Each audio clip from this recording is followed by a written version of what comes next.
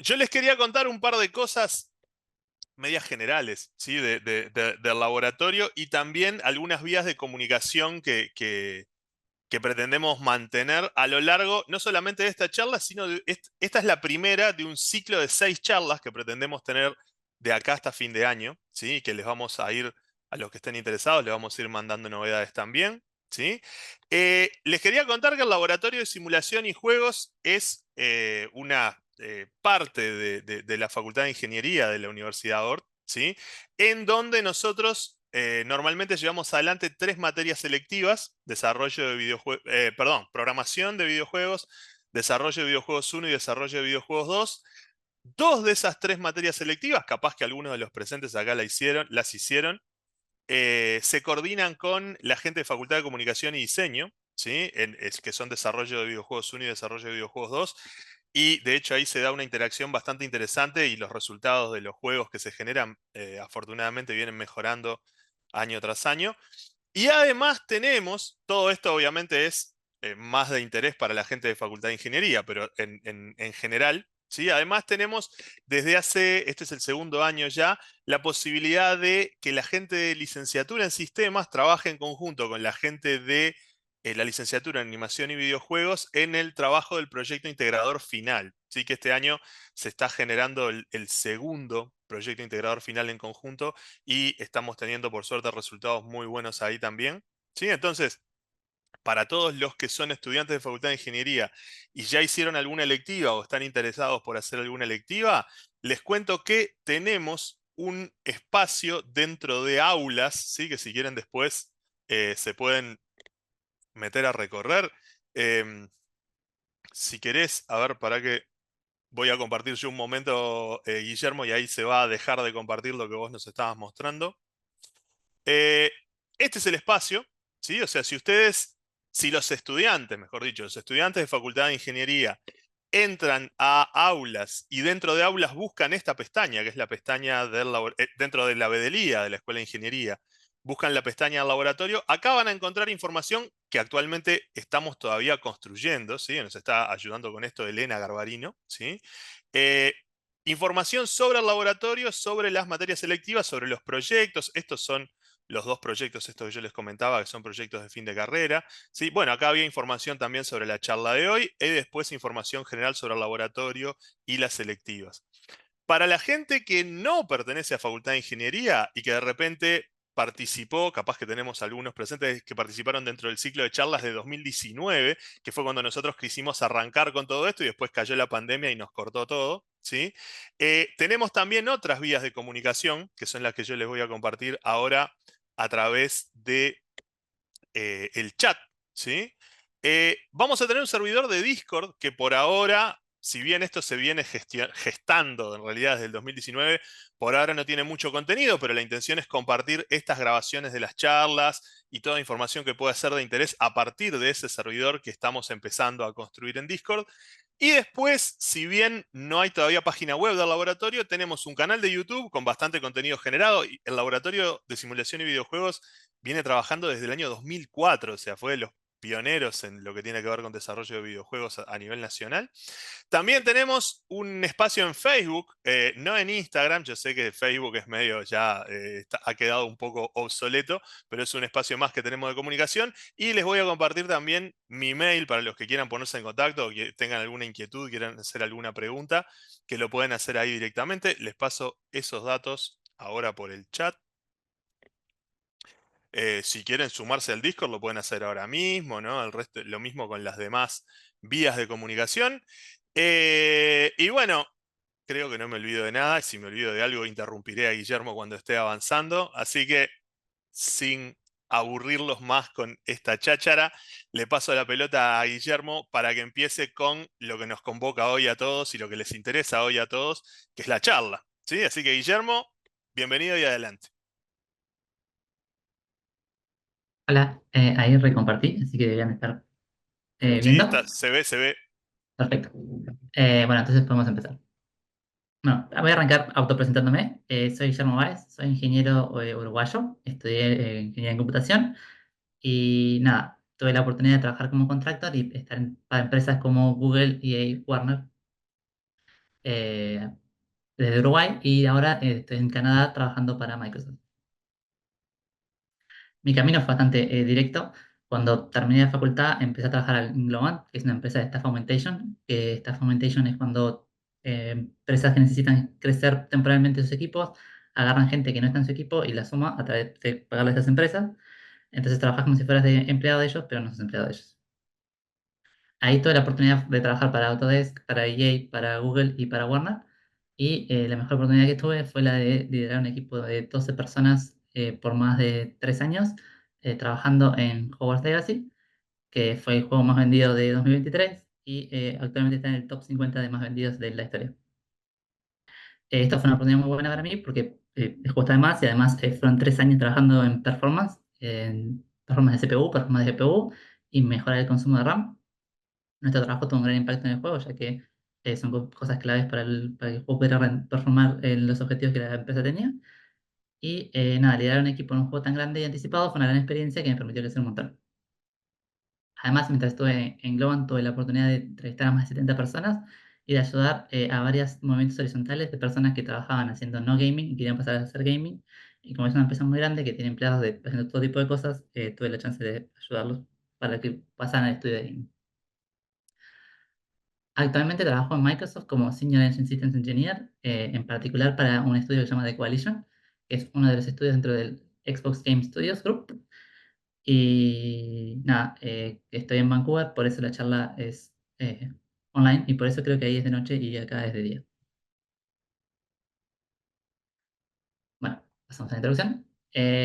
Vamos a empezar primero por el objetivo de la charla. La idea mía de cuando le hablé con Gabriel acerca de hacer esto era hacer una charla para facilitar la entrada a la industria de AAA en roles de programación a través de compartir cosas que para mí son importantes. Según mi experiencia, esta información que les voy a dar creo que les va a ayudar. Primero vamos a hacer una introducción presentando diferencias en el desarrollo de juegos AAA contra software distinto que no sean juegos de software normal. La idea de esto va a ser después justificar por qué decimos que esto es importante en base a las diferencias que vamos a mencionar al principio. Después, mencionar roles de programación que existen en los juegos para que las personas que quieran unirse a la industria de los juegos, que espero que algunos de los que están acá quieran, tengan un pantallazo de los roles y qué temas enfocarse si quieren hacer esto. Porque depende de qué rol, depende de qué es lo que más les conviene aprender. Además de eso, presentar una serie de conceptos técnicos que, de vuelta para mí, son importantes para el desarrollo de juegos AAA. Esto va a ser más que nada una presentación porque como no tenemos mucho tiempo, más que nada vamos a mencionar conceptos que no vamos a explicar necesariamente qué son, pero la idea es que después les queden y al final vamos a terminar con una lista de referencias bastante extensa de dónde profundizar los conocimientos que apenas si mencionamos. Básicamente mi idea no es que salgan de acá diciendo ahora sé todo este montón de cosas, sino que salgan diciendo, oh, tengo todo este montón de preguntas y estas fuentes para poder contestarme las preguntas. Porque en una hora no tenemos mucho tiempo para llegar muy lejos con eso. Sí. Bueno, más que nada ahora la estructura. Como ya dijimos, vamos a empezar viendo las diferencias de desarrollo. Después vamos a ver los tipos de programadores. Después vamos a hacer una pasada muy, muy rápida por matemática, solo para atacar el mito de si hay que saber un montón de matemática avanzada o no. Después vamos a ver fundamentos de C++ y por qué C++ es importante. Conceptos de hardware, patrones de diseños especializados para juegos. Un poquito sobre motores de juegos y cómo acercarse a ellos. Un montón de libros. Y al final dejar un espacio para preguntas si alguno tiene una pregunta y si no, no hay espacio de preguntas. Bueno, ahora sí empezamos. Por las diferencias. La primera diferencia, que para mí es la más importante, es que a diferencia de otras aplicaciones, la performance tiene un rol crítico. Los juegos son aplicaciones en tiempo real, es decir, son aplicaciones que reflejan constantemente y dependen del input del usuario para que se mueva. Ahí mueve la palanquita para que el maquinito se mueva, quiere que pase inmediatamente. Por este motivo, la performance es muy importante y queremos mantener una cantidad de frames por segundo bastante alta.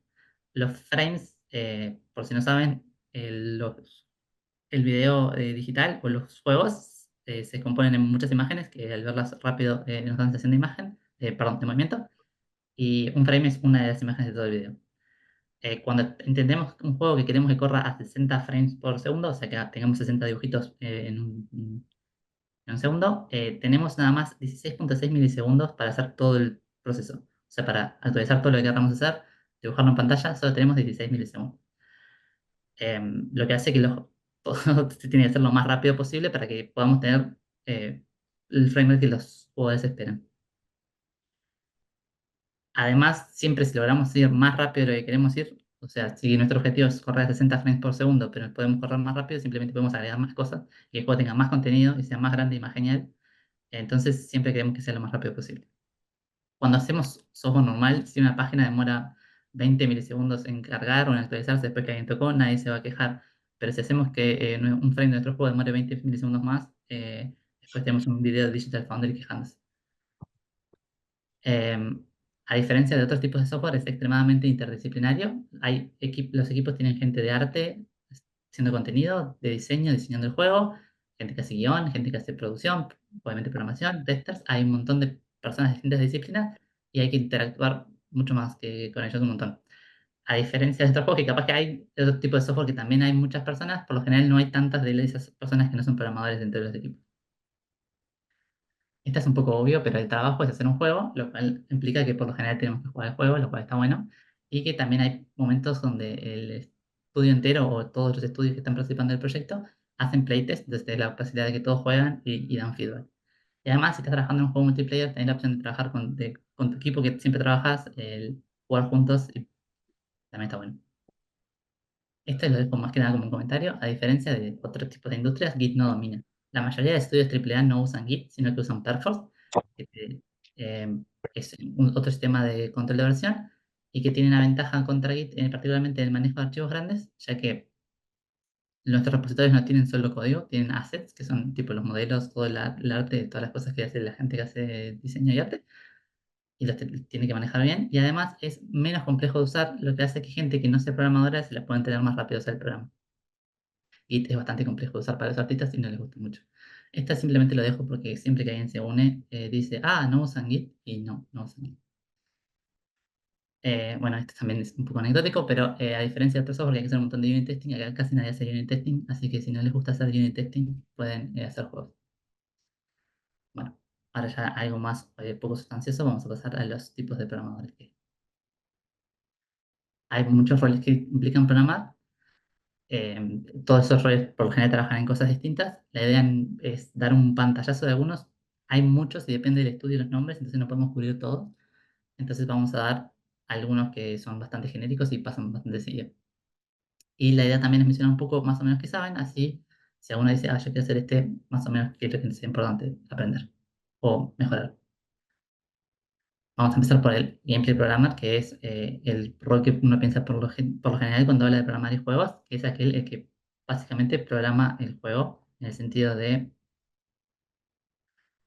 programa el gameplay. Es decir, cuando estamos adentro del juego, no en el menú ni nada, hace que cuando toque la A, el personaje salte, cuando mueva la palanquita se mueva y cómo se mueva y todo eso, ese es el que es el Gameplay Programmer. Hace todo el gameplay. Es bastante lineal el nombre. Para este rol se tiene que tener un conocimiento de matemática más que nada de geometría del espacio, ya que hay muchas cosas que más que nada cuando hacemos juegos 3D, tipo vectores y cosas de movimiento, o si queremos tener una torreta que gire y cómo tiene que girar para apuntar al personaje. Hay bastante matemática del espacio.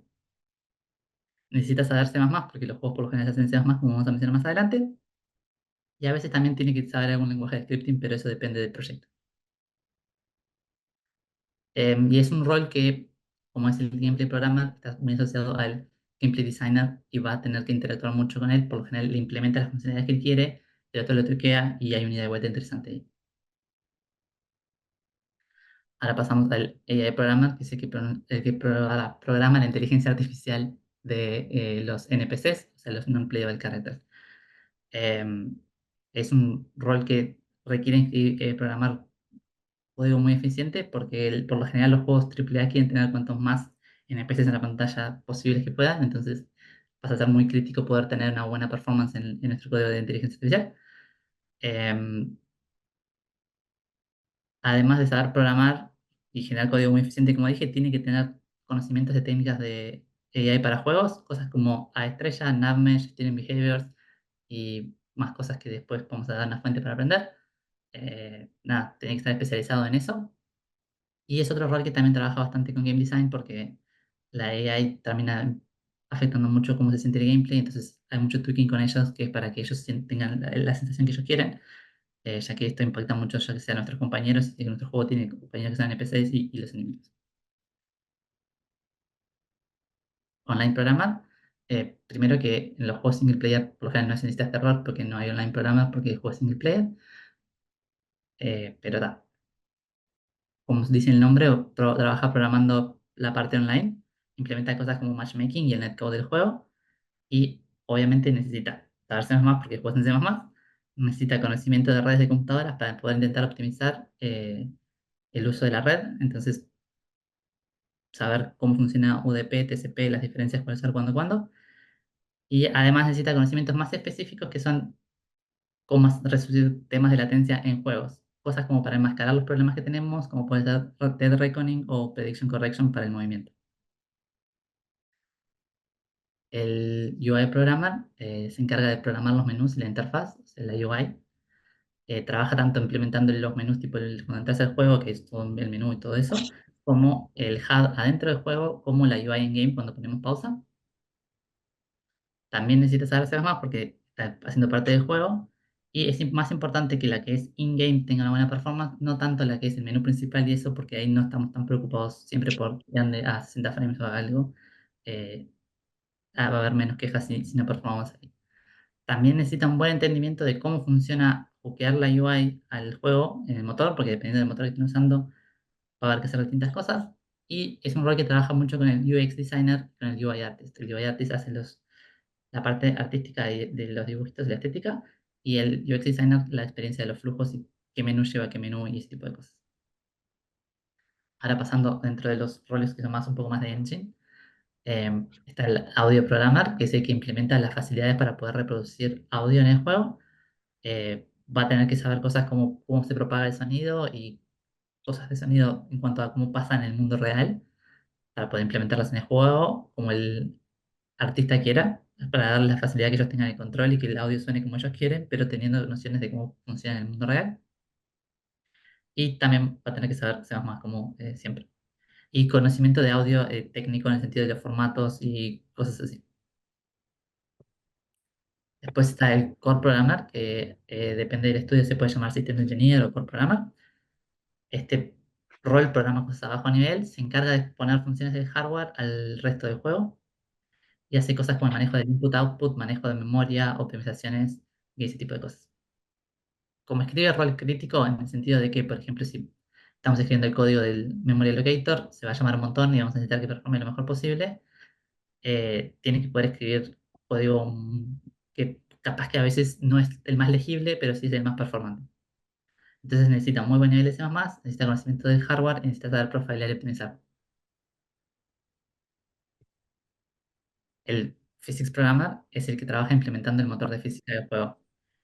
Dado que los juegos AAA cada vez tienen más actores de física que quieren que colisionen y todo funcione maravilloso, tiene que escribir código muy eficiente. Em, Obviamente, como hace un motor de física, tiene que saber de física, lo cual hace que tenga que saber de matemática para poder entender la física, lo cual hace que sea un rol muy técnico porque tenés que saber de matemática, de física y de programar muy rápido. Y es un rol que no existe en todos los estudios porque a veces simplemente lo que pasa es que usan un motor de física de terceros. Hay empresas que simplemente se dedican a proveer su motor de física y gente lo engancha en su motor. Pasamos también dentro del engine, a Rendering Programmer. Estos son todos los que implementan el código para poder dibujar en pantalla, para que desde que tenemos nuestros modelos y cosas terminen en la pantalla. Esta posición requiere una gran cantidad de conocimientos y hay gente que se subespecializa dentro de, esta, de este rol. Puede ser que sea especializado tipo haciendo sombras, especializado haciendo luces y hay subespecializaciones así. Es una posición que requiere una gran cantidad de conocimientos. Tiene que tener un buen entendimiento del hardware de la GPU, ya que el rendering se hace en GPU. Tiene que saber cómo interactúa con la CPU y cómo se pasa en la memoria de un lado al otro. Tiene que poder manejar las APIs gráficas, es decir, cómo se le manda comandos a la tarjeta de video. Y además tiene que saber el lenguaje de los shaders que también se ejecutan en la tarjeta de video. Encima de que tiene que saber de C++, del GPU y de las APIs, tiene que saber acerca de técnicas de rendering, que hay montones, y encima de eso tiene que saber un poco de matemática y física para entender cómo funciona la luz en el mundo real. O sea que es un rol muy completo en cuanto a todo lo que tiene que saber, y tiene que escribir código que performe bien en tanto GPU y CPU. Así que es una posición eh, muy técnica. Pasamos al Tools Programmer. Como dice claramente el nombre, lo que hacen es programar herramientas que nos van a permitir facilitar el desarrollo del juego o hacer lo posible porque hacen algunas herramientas que son críticas y sin ellas no lo podríamos hacer. Como su código no es parte del juego, no es tan crítico la performance, ya que cuando el usuario final esté jugando el juego no va a tener su código corriendo. Entonces a veces no son las herramientas más limpias y rápidas, sino que funcionen para que el resto pueda trabajar. Y como no es crítico de performance, no necesariamente siempre es en C++, así que hay muchos tools programmer que no trabajan en C++ porque las herramientas en otro lenguaje. Dependiendo del tamaño del estudio, puede pasar que no haya tools programmer que usen tools que tienen, que se puedan adquirir, y como el estudio es más chico, no necesita hacer sus herramientas, o hay otros estudios que tienen decenas de sus propias herramientas. Bueno, ese fue un pantallazo por todos los roles que vamos a exponer. Como ya dijimos antes, no es una lista exhaustiva. Hay más roles, no todos los estudios tienen los mismos roles, y encima, dependiendo del tamaño del estudio, pueden que haya roles que sean más generalistas, que cubran más de uno de estos roles, o encima más específicos, como ya habíamos dicho que hay algunos como el de render que quizás se en sombras, puede haber otros roles que también sean especiales, así súper más específicos. Una cosa importante a destacar es que no es tan raro empezar en un rol y transicionar al otro. Entonces, si no entramos haciendo el que nosotros queremos, tampoco es el fin del mundo, porque mientras no odiemos el rol que estamos haciendo, siempre podemos mejorar, crecer y usar la experiencia para después hacer un movimiento horizontal de un rol a otro, que es algo relativamente común. Bueno, ahora vamos a pasar a la parte de la matemática, pero bien rápido. De vuelta, acá vamos a mencionar un montón de conceptos que para mí son importantes, solo mencionar, y vamos a empezar atacando el mito que yo quería atacar. No es verdad que hay que saber una gran cantidad de matemática avanzada para todas las posiciones. Como vieron, en solo 3 de las posiciones que dije mencioné matemática y solo 2 dije que tenía que ser avanzada. Entonces, no es verdad que para todas las posiciones hay que saber una gran cantidad de matemática avanzada, dije avanzada. Sí es verdad que hay que tener una buena base para la mayoría de las posiciones, y sí es verdad que algunas posiciones requieren saber mucho, pero no es verdad la primera frase. Los conocimientos básicos que para mí son necesarios es un entendimiento de vectores, matrices, transformaciones, coordenadas homogéneas y rotaciones. Simplemente lo que vendría a ser matemática del espacio en 3D. Eh, Como ya vimos en el ejemplo de Gameplay Programmer, para resolver problemas en el espacio, tipo la torreta que habíamos hablado, es importante el álgebra del espacio. Después la interpolación lineal también ayuda para poder hacer que las cosas no sean tipo pac pac, sino que se interpolen entre ellas. Y ya está. Sí, es verdad, como ya dijimos, que hay posiciones que requieren más. Si vamos a ser especialistas en programar parte de animaciones, rendering o física, vamos a tener que saber más matemática. Pero si no, no. Entonces, nada, lo único que, por lo que puse toda esta parte es para destacar que no debería ser una limitante. No deberíamos decir, no vamos a trabajar haciendo juegos AAA porque no sé suficiente matemática o no me gusta la matemática. Lo que hay que saber no es tanto ni tan complejo como se dice y se puede aprender rápido. Bueno, ahora pasamos a la parte de C++. Vieron que no fue tan mal la parte de matemática, la cortita. Empezamos con por qué C++. Como dijimos al principio, los juegos tienen un gran foco en la performance. Es muy importante tener la mejor performance dentro de lo posible. Entonces, se opta por un lenguaje que, entre sus estándares de diseño, sus pilares, uno de los claves es tener, generar código performante. Es un lenguaje que aparte se compila en lenguaje de máquina, entonces no va a correr sobre una máquina virtual, lo cual también nos da una ventaja de performance. Tenemos un gran manejo de memoria y control, aparte que el programador puede manejar bien la memoria en C++, lo cual nos da una ventaja, y por lo general dispone un gran control del hardware. Entonces, todas esas ventajas nos permiten que escribamos código rápido en C++.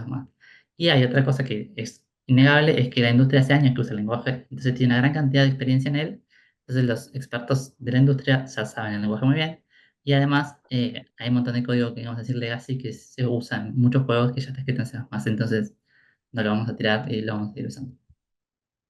Antes de seguir, quiero hacer un pequeño paréntesis acerca de qué es saber C++, porque en mi experiencia entrevistando me ha tocado más que nada cuando estaban en Latinoamérica, que no entrevista tanto, muchas personas que venían decían que sí sabían C++, y en realidad lo que sabían era la sintaxis del lenguaje, que habían hecho una materia en facultad tipo algoritmos o como se llama en la facultad que hayan ido, y lo que sabían era la sintaxis básica, y también hay algunos que dicen que saben C, barrita C++, como si fueran la misma cosa, que no son la misma cosa.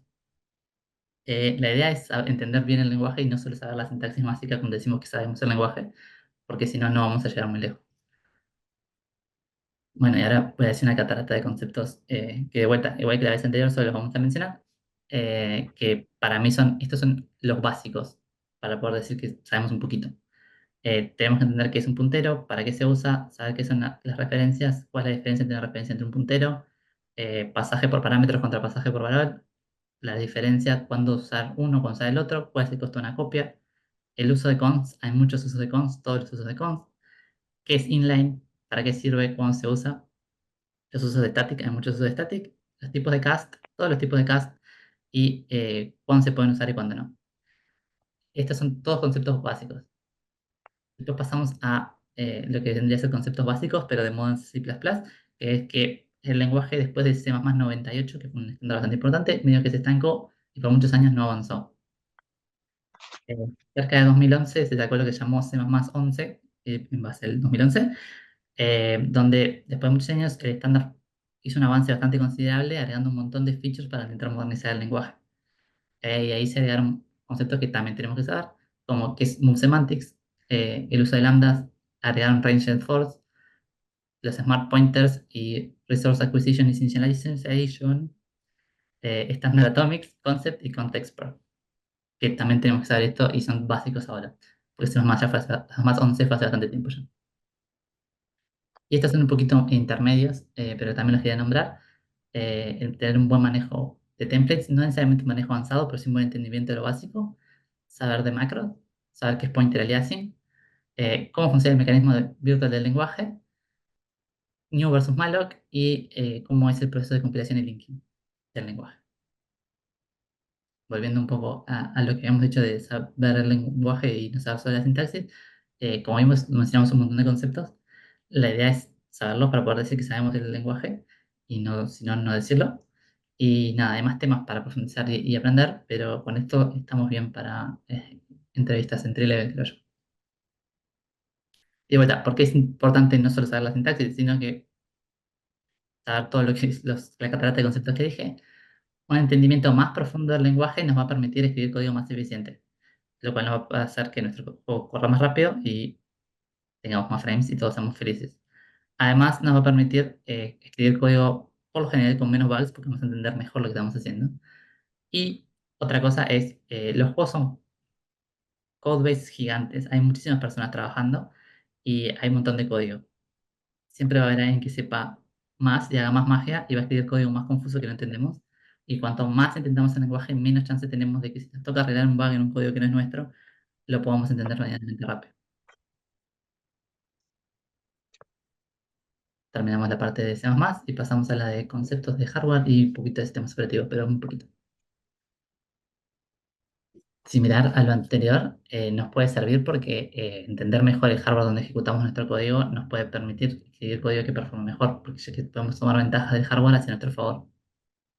Entender los siguientes conceptos nos va a facilitar escribir un código un poco más eficiente y que sea performe mejor y que nos genere más frames. Eh, Así que nada, vamos a una pasada rápida. Estos simplemente son los conceptos que vamos a decir. Empezamos por heap versus stack, saber qué es el heap, qué es el stack, saber cuándo usar en cada uno, cómo se aloca en cada uno, para qué sirve. Es importante para saber qué vamos a hacer con la memoria cuando estemos haciendo nuestras funciones.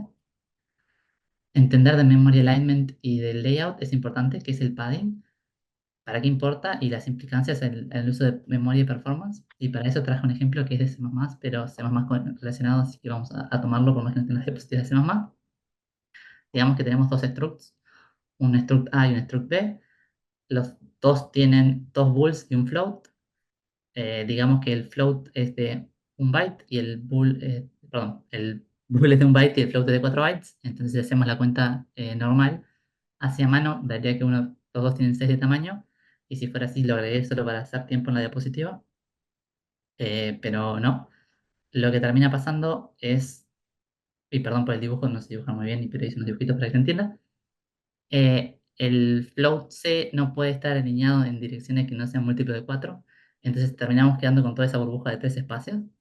Entonces si hacemos como dice A, nos queda 3 espacios acá, o sea, 3 bytes, el float, y otros 3 bytes acá porque tiene que quedar alineado al coso más grande de la estructura, al miembro más grande de la estructura.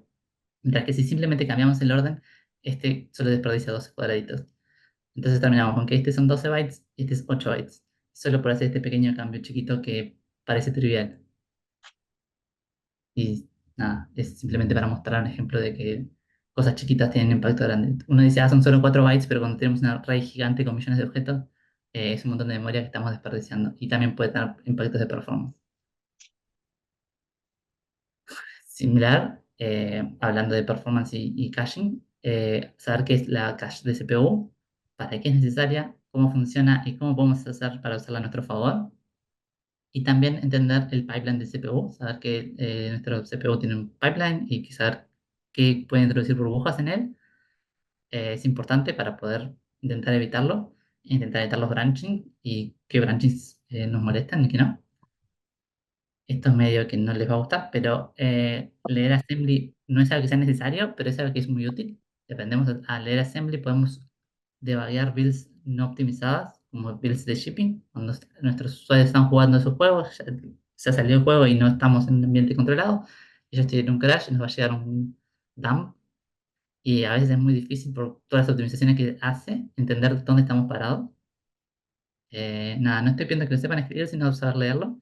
Y otra cosa para el Google nos puede servir es cuando estamos intentando escribir código que queremos que sea muy performante, podemos revisar el assembly que genera el compilador cuando compila nuestro código y ver si está haciendo más o menos lo que queremos o algo nada que ver lo que esperamos y ayudarlo un poquito. En líneas similares también solo saber que existen cosas como SSE y ABX, saber qué son instrucciones de vectorización, qué quieren decir y cómo podemos ayudar a nuestro compilador a usarlas en caso de que las queramos usar en la plataforma que estamos programando. Después, hace mucho tiempo que los procesadores, los CPUs, dejaron de escalar performance simplemente subiendo la frecuencia del reloj y empezaron a simplemente agregar más cores y threads. Entonces, si queremos que nuestro juego sea performante, vamos a tener que hacer un juego que sea concurrente y esté programado con mucho paralelismo en él. Entonces, nada, vamos a tener que aprender a usar código concurrente que funcione y que no tenga bugs de timings y que a veces quede trancado o cosas así. Entonces vamos a tener que aprender un montón de estos conceptos para poder generar el mejor código concurrente posible. En el sentido de memory management, como ya dije que una de las posiciones trabajaba haciendo un memory allocator, por lo general los juegos no usan el allocator que viene por defecto en el lenguaje, sino que generan su propio allocator, eh, porque pedir memoria al sistema operativo es costoso. Entonces reducen la cantidad de llamadas al sistema que hay que hacer, intentan reducir la cantidad de fragmentación y varios problemas así. Entonces, nada, entender cuál es el tema con el memory management y qué hacen los juegos para evitar estar todo el tiempo pidiendo memoria y cosas así. Bueno, terminamos en la parte de sistemas y hardware y pasamos a patrones de diseño para juegos. Vamos a empezar con la definición. Básicamente son patrones de diseño de software como podría ser el Singleton o el Observer, pero que están pensados para juegos. Hay un montón de patrones para juegos, es más, hay un libro muy bueno que vamos a recomendar que básicamente solo dice patrones de diseño para juegos. Solo vamos a ver 4 y les vamos a intentar explicar lo mejor posible y si no entienden lo pueden ver en el libro ese que les explica mejor que yo. Vamos a empezar por el que se llama Game Loop. Como dijimos, los juegos están compuestos por frames y cada frame es una imagen. Este patrón lo que intenta hacer es descomponer el main de nuestro motor de juegos en 3 etapas y hacer la primera etapa donde vamos a procesar el input, la segunda etapa donde vamos a actualizar todos los objetos que sean necesarios actualizar y la tercera etapa donde vamos a renderizar. Lo que vendría a ser la etapa de update es lo que, si saben motores como Unity, se llama update también, y si saben Unreal es la función tick, eso sería el update. Y nada, si vamos a hacer nuestro motor siguiendo este patrón, vamos a terminar implementando un forno más como el main, que diga, mientras nuestro jugador quiere seguir jugando, actualiza el input, después actualizo todos los personajes y después los dibujo todos. Y con eso es un lineamiento que la mayoría de los engines siguen. Con esto de la modernidad y el multithreading no necesariamente es tan lineal y no pasan una después de la otra, a veces sí están una solapada con la otra o el de otro frame, pero se respeta bastante este motor en la mayoría de los motores, este patrón en la mayoría de los motores, perdón. El patrón de Object Pool. Este es un patrón que lo que busca hacer es reducir el costo de instanciación. Como dijimos que se pide mucha memoria, pedir memoria es caro y eso, lo que intenta hacer es no crear objetos, sino reusarlos cuando se pueda. Para explicarlo un poco, vamos a ver, por ejemplo, que puede ser una metralleta. Sabemos que vamos a disparar muchas balas muy rápido y que las balas van a tener un periodo de vida corto porque van a llegar contra un objeto, van a chocar rápido, entonces no van a durar más de unos segundos. Entonces, una forma podría ser que cada vez que disparo, que espaneo una bala, pero eso va a estar spaneando muchas balas y después destruyéndolas. Usando este patrón, lo que sería un pool, o sea, un array largo de varias balas, que crearíamos un montón de balas antes de agarrar la metralleta, y después lo que haríamos sería usarlas. Por ejemplo, cuando vamos a disparar, agarramos una bala que esté disponible mirando el pool available de nuestro pool. Si está disponible, la agarramos, la ponemos delante de nuestra arma, la tiramos, y cuando choca, en vez de destruirla, lo que hacemos es esconderla, la marcamos como available, entonces cuando alguien va a buscar en nuestro pool, está esa bala available. Entonces no tenemos que crear y destruir balas todo el tiempo, sino que ya tenemos hechas y mejoramos las performance gratis de nuestro juego. Este es bastante más complicado de explicar. Eh, este es el patrón de Spatial Structures o estructuras espaciales. Busca poder resolver el problema de qué objetos están cerca de qué objetos de forma rápida. Entonces, en vez de tener, si queremos resolver qué dos objetos se chocan, no tengamos que pasar por todos los objetos. Y lo que hace es, en vez de almacenar los objetos en un array gigante, los almacena en una estructura que nos pueda dar información de las posiciones de los objetos. Entonces, hay muchas estructuras distintas. Vamos a aplicar una que es la más básica, que es la que parte el espacio en cubos. Entonces, tenemos un cubo y ese cubo lo vamos a partir en 8 cubos, o sea, uno por cada esquina, un cubo. Y cada uno de esos cubos se parte en subcubos así, como podemos ver en esta imagen que agarré de Google. No me dio para dibujarla a mí. Y esto se puede ver como un octree, o sea, un árbol que tiene 8 hijos cada uno, porque son 8 cubitos. Entonces, si lo miran acá, por ejemplo, este puntito amarillo acá está en el primer hijo y es el único que está en este cubo que está acá. Y ese no se parte más porque es solo un objeto. Después este otro se parte porque hay dos objetos y se parten 8 cubitos de vuelta. Y como están en lugares distintos, cada uno queda uno acá. Entonces después, si queremos ver cuáles son los objetos que están cerca de este puntito, solo serían los que están en este cubito. En este caso, ninguno. Si queremos ver estos que están cerca, están medianamente cerca porque están en este cubito. Entonces, dependiendo del criterio de cerca, los tendríamos acá. Lo expliqué medio entreverado, es un poco complicado, pero... Guillermo, perdóname que te interrumpa, pero veo que hay una mano levantada por ahí. Ah, perdón, no me di cuenta. No, es bravo ir hablando y darse cuenta de las cosas.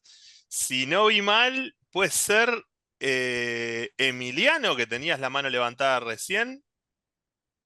Sí, hola. Era que quería preguntar una cosa acerca de esto, y es que me imagino que aplica a objetos estáticos, ¿no? Porque si se estuvieran moviendo, habría que estar Sí, reconstruyendo la estructura constantemente. sí, depende de para qué lo estemos usando. Podemos tener una estructura que sea solo con los estáticos, o podemos tener una estructura para los estáticos y otra para los dinámicos, y después cruzamos, o podemos usarlos todos juntos. Es una decisión a gusto del consumidor dependiendo del problema. Pero sí, Ay, si los objetos se mueven, tendríamos que regenerar la estructura. claro. Y ahí Hay, sería más costoso, porque cada tanto tendrías que estar re- sí, regenerando la estructura diciendo, bueno, esto se movió acá y acá. y es lo que pasa ahora en las tarjetas modernas con Ray Tracing. Tienen una estructura que es similar, y hay que regenerarla cada tanto y se paga el costo de regenerarla para poder tener Ray Tracing en el juego. Qué interesante. Gracias por la pregunta. Perdón que no vi la mano. Gracias, gracias a vos por la respuesta. No, no, tranqui, que es bravo estar pendiente, ¿no? Al chat, a las cosas. Por eso los que estamos en segundo plano tratamos de dar una mano con eso. Adelante, adelante. Muchas gracias.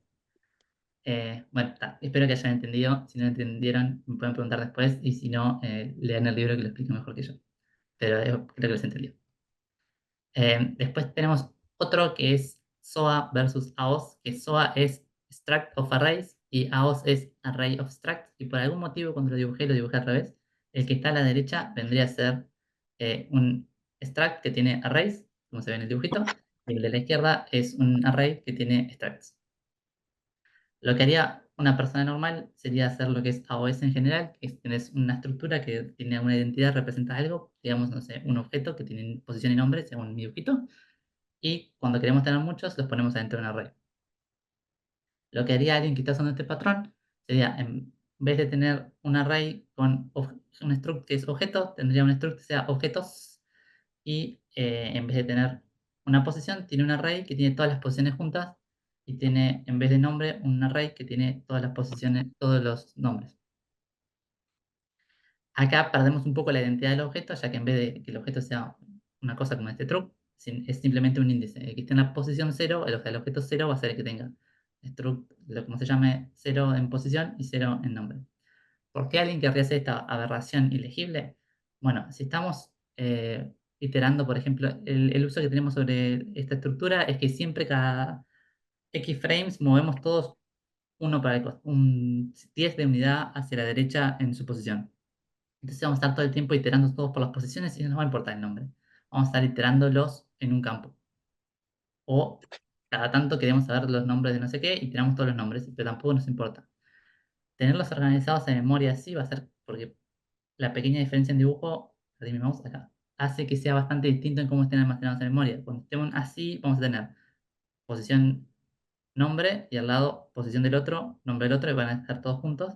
Acá van a estar todas las posiciones juntas y todos los nombres juntos. Entonces, para cómo funciona la memoria cache, va a ser bastante más eficiente si queremos iterar todas las posiciones juntas, que este. Pagamos el costo de que es inentendible. O sea, no es inentendible, es más difícil de entender, leer cuando estamos leyendo el código que está acá. Esto sigue los lineamientos de lo que se llama Data Oriented Programming. Y nada, hay un montón de conceptos interesantes así, como hacer el código menos legible a veces, pero a organizar la información de una forma que hace que nuestra cache funcione mejor y nuestra performance de código sea mejor. Mike Acton tiene una charla muy buena en CircuitPython de 2014. Bueno, ahí hemos pasado por todos los patrones que planeábamos exponer y ahora vamos a hacer nuestra aproximación a motores de juego.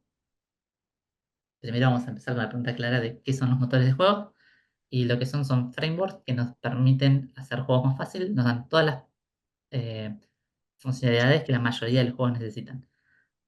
O sea, no nos dan todas necesariamente las que necesitamos, pero la mayoría de los juegos necesitan estas funcionalidades y nos las dan.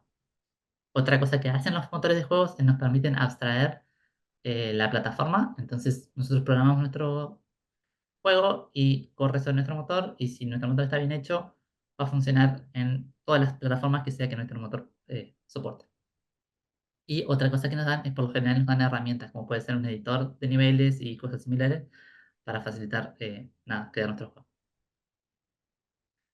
¿Por qué son importantes? Bueno, son importantes porque nos dan un montón de facilidades, y en realidad como empezó fue que antes, para hacer un juego, hacían un juego, terminaban, tiraban el juego y empezaban otro, y se dieron cuenta de que estaban reescribiendo el mismo código una y otra vez.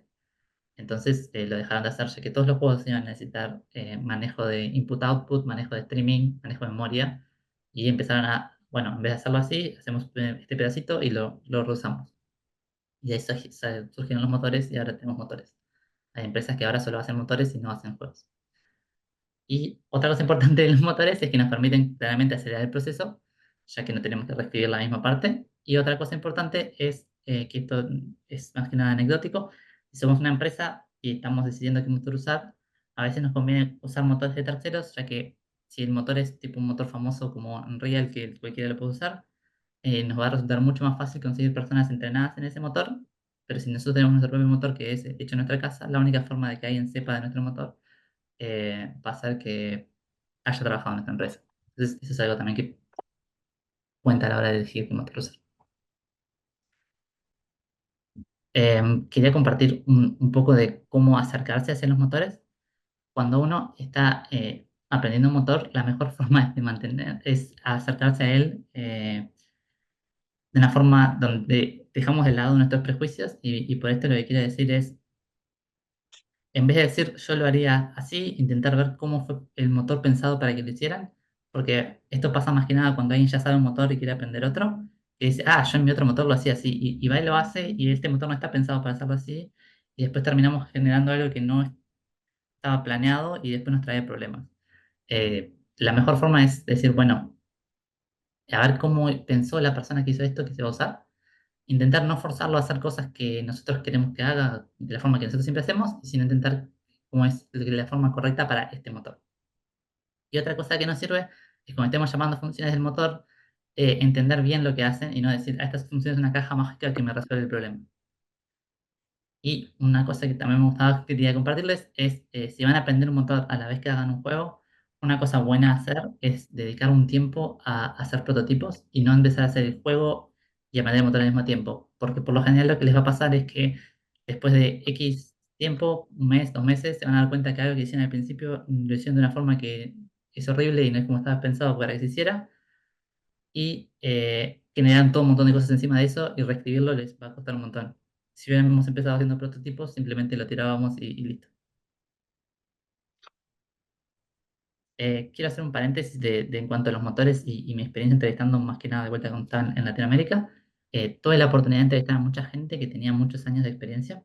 Por lo general tenía muchos años de experiencia usando Unity. Y ellos estaban acostumbrados a hacer juegos indie y estaban intentando aplicar para mi empresa que estaba buscando gente para hacer juegos AAA.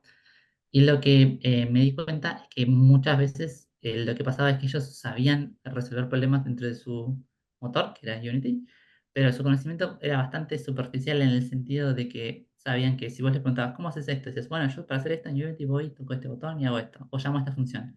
Y decías, ah, bueno, ¿y eso qué es lo que hace? No te lo sabían explicar, decían, ah, bueno, no sé, esta es la forma de hacer resolver este problema. Lo cual está bien, es válido y funciona si nosotros planeamos estar todo el tiempo usando el mismo motor, pero si después nosotros planeamos trabajar en juegos del AAA de estilo donde la mayoría de las empresas usan su motor distinto, no nos sirve porque vamos a tener que estar preparados para cambiar de motor. Entonces, nada, algo para mí importante es que cuando empecemos a aprender motores, no intentemos aprender tutoriales y recetas, sino que entender qué es lo que hacen. Y no estoy en contra de ver un tutorial para hacer algo, pero sino que cuando lo vemos entendemos qué es lo que está pasando y no solo llamo a este botón mágico que hace todos los problemas que yo quiero que me arregle. Esto se ata a la siguiente, que de vuelta es queremos ser, para trabajar en la industria AAA, algo que está bueno es poder adaptarse lo más rápido posible a otro motor, ya que si hoy estamos trabajando en un estudio y después mañana vamos a ir a otro y usan motores distintos, si no tenemos la capacidad de aprender rápido, vamos a demorar un montón en ser eficientes y generar cosas útiles. Y de vuelta, hay muchas empresas que tienen su propio motor, entonces no vamos a poder prepararnos antes. Eh, Entonces, nada, a intentar ser adaptables, intentar saber cómo funcionan las cosas abajo y no las recetas nos va a facilitar esa transición. Y bueno, y otro paréntesis que hacer sobre usar motores es que la idea es que los motores nos dan facilidades, como dijimos, y nos ponen funciones. Y es importante saber qué es lo que qué funciones nos da. Porque a veces nos pasa que no sabemos todas las funciones que nos da, implementamos en base a otras funciones que nos da, algunas funciones que nos da, pero no las implementamos exactamente igual. Y después tenemos varias formas de hacer la misma cosa, pero que no funcionan exactamente igual. Y después alguna gente del equipo la hace de una forma y otra gente de otra y eso después genera bugs que solo pasan a veces, porque depende de por qué camino estemos yendo. Y nada, eso se puede evitar si intentamos aprender lo que nos expone el motor y no reimplementar lo que él hace. Excepto que lo que vamos a hacer, o sea, puede ser un uso realista, decir, ah, esto está implementado, pero a mí no me gusta o es lento o lo vamos a hacer de una forma más eficiente, pero no que nos pase sin querer. Y un pequeño paréntesis final sobre los motores, un detalle de implementar motores, no para competir con Unreal, sino más que nada como ejercicio de aprendizaje. Es un muy buen ejercicio si queremos trabajar haciendo juegos o motores, dedicarle un tiempo a hacer nuestro pequeño mini motor, ya que nos va a forzar a tener que aprender un montón de conceptos y nos va a hacer ver los problemas que las personas que hacen motores tienen. eh, entonces es un buen ejercicio. El único tema es que nos va a llevar un montón de tiempo. Para mí la clave sería hacerlo lo más pequeño posible al principio, ya sea tengo un triángulo que se mueve y después ir creciendo de a poquito, porque si no hacemos nada que se vea, no tenemos cómo ver que nuestro motor hace algo y después puede ser muy, muy desmotivante. Y después si nos ocupamos de hacer solo la parte de que se vea, no tenemos que meter nuestro motor para que se vea, entonces también es un poco complicada la motivación. Y nada, pero si les gusta, es un buen ejercicio. Y otro ejercicio que se puede hacer es agarrar algún motor que tenga su código disponible en Internet, como puede ser Unreal, que lo podemos descargar de Git, y explorar el código. Unreal se puede bajar y compilar. Entonces, si quieren, lo pueden explorar o lo pueden quedar modificar, y es un buen ejercicio de aprendizaje para ver un código que muchos juegos shipean sin cambiarlo, y juegos grandes, y entender el código y aprender de él. Bueno, nos estamos acercando al final, prometo que no me queda mucho más. Eh, y nada, ahora es la parte que dije que es para mí la más importante, es el material para profundizar y aprender más. Para mí una de las mejores formas de aprender es a través de agarrar y leer libros que escribieron gente que es muy buena en la industria, son expertos, tienen mucha experiencia y vuelcan su conocimiento en un libro. Así que les voy a dar una catarata de libros para distintos temas. Este es mi libro favorito. Eh, lo escribió un señor que se llama Jason Gregory, que es el lead programmer en Naughty Dog, el estudio de Sony. Antes daba clases en la Universidad de California, daba 2 semestres de Game Engine para la facultad, no me acuerdo el nombre en este momento. Y lo que hizo fue transformó sus 2 semestres en un libro. Como se pueden imaginar, el libro es como así, es gigante, pero nada, es un año de una materia que daba el señor en facultad, eh, hecha libro. Eso fue la edición 1. Ahora está la edición 3, ya lo he ido corrigiendo y agregando más cosas hasta que estoy más grande. El libro asume una base de C++, pero después tiene una introducción a todos los otros temas del desarrollo de juegos. Habla de temas más avanzados de C++, habla de temas low level, habla de performance, habla de rendering. Él no es muy experto en rendering, pero trae a otra persona que habla, es un capítulo escrito por otra persona que también trabaja en Naughty Dog. Habla de matemática, habla de todo lo relevante para hacer juegos. Lo que sí, el autor es una persona muy técnica, que encima adaptó lo que él daba a la facultad y él es, o sea, un lead programa de Naughty Dog, que es un estudio muy técnico también, lo que hace que no sea la lectura más ligera, pero el contenido es muy bueno y nada, lo recomiendo. Si de todo lo que hablé en todo este rato se van a llevar solo una cosa, es que lean este libro, que es muy bueno. Si no quieren leer ese porque les asusté diciendo que era muy técnico, este libro es parecido, pero es un poco más amigable. Se llama Game Coding Complete. Está escrito por 2 personas que también tienen un montón de experiencia en la industria, pero además de compartir solo los conceptos, tienen pequeños fragmentos donde hacen una historia de algo que les pasó a ellos y lo vinculan con lo que están explicando y dicen, nosotros tenemos este problema en tal juego y cuentan. Está escrito de forma menos pesada que el anterior, el contenido es muy bueno. A mí me gusta más el otro libro, pero este es más fácil de leer. Y DigiPen, que es una universidad que tiene el programa de juegos más destacados. Ahí vi la manita esta vez, así que sí paro. ¿Se puede conseguir estos libros mismo por Mercado Libre o hay que, o sea, hay que conseguirlos tipo por tienda mía? Yo como son libros y no hay límite de importación, yo los compré directo en Amazon cuando estaba en Uruguay y después me los traje. Y también se pueden conseguir en internet. O sea, si lo querés para Kindle o si buscas ilegalmente, capaz que los puedes conseguir también. No sabría decir. Pero en Amazon los podés comprar y te los mandan hasta Uruguay. Y como son libros, no pagas impuestos ni nada porque los libros no tienen impuestos de importación. Dale, genial. Muchas gracias. Lo que sí pesan un montón algunos. No importa. Perfecto. Como estaba diciendo, DigiPen es una universidad de Estados Unidos que tiene un programa muy, muy famoso en videojuegos y usa este libro como referencia, así que si a nadie me gusta más el otro, este también es muy bueno. Bueno, viendo un poco de C++, los 2 primeros libros, o sea, el de más a la izquierda y el del medio, fueron escritos por el creador de C++, que su nombre me es muy difícil de pronunciar, así que no lo voy a intentar hacer. Eh, el de la izquierda es un libro gordo así, que es de referencia. No lo intenten leer todo porque es imposible. Yo lo intenté leer en algún momento y después se pone muy técnico. Sí está bueno leer los primeros capítulos porque explica lo más genérico, primeros 8 capítulos. Después se pone muy difícil y ya deja de ser útil. El de medio está pensado para hacer un acercamiento hacia C++ desde cero. Es de C++ 14, que no es el más nuevo, pero está bastante bien. Y el libro de la derecha es de Scott Meyers y lo que son como mini patrones de diseño, pero de C++. O sea, son tips para hacer código eficiente y son pequeños ejemplos de código que están buenos todos los ejemplos de código que él pone. Y él también sabe un mundo de C++, así que está bueno.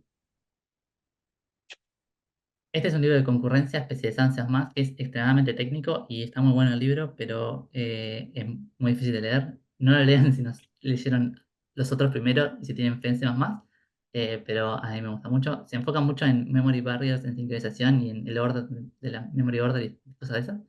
Pero está bueno, pero de vuelta es bastante técnico. Pasando a matemática de juegos, acá hay 2 libros que son del mismo autor. Yo leí el libro de la izquierda hace mucho tiempo. pero el autor sacó otro libro después del mismo tema, entonces pongo los dos. El de la izquierda siempre me molestó que si miran, la calavera tiene dos dedos metidos adentro del mango de la espada y está en la tapa del libro. Pero nada, es un libro de matemática que cubre todos los conceptos de matemática para juegos y los explica bien. Los conceptos, como vimos yo, no son tan complicados lo que necesitamos saber, pero una ventaja que tiene es que está en inglés, entonces, no sé ustedes, pero yo aprendí matemática en español y después cuando tenía que hablar con otros desarrolladores trabajando, tengo que leer en inglés y este libro me ayuda a saber las palabras en inglés. Así que si sabemos de matemática también nos puede servir. Si no sabemos de matemática nos puede servir porque nos enseña matemática y encima en inglés. Y el de la derecha creo que cubre los mismos temas, pero no lo leí porque es. Pero como no sé si lo siguen vendiendo el viejo, pongo los dos. Este es el libro que mencioné cuando hablábamos de patrones. Es un libro que se enfoca directamente solo en patrones de diseño. Es muy finito y está escrito muy ligeramente. Entonces, a diferencia de otros libros que dije que son complicados de leer, este es bien fácil. El libro lo hizo Robert Nystrom, que es un ex programador de EA, donde trabajó 8 años. Y lo que hizo fue agarrar todos los patrones que él había aprendido mientras trabajaba en esos 8 años de EA y los pasó a un libro y explicaciones y les puso nombre a algunos.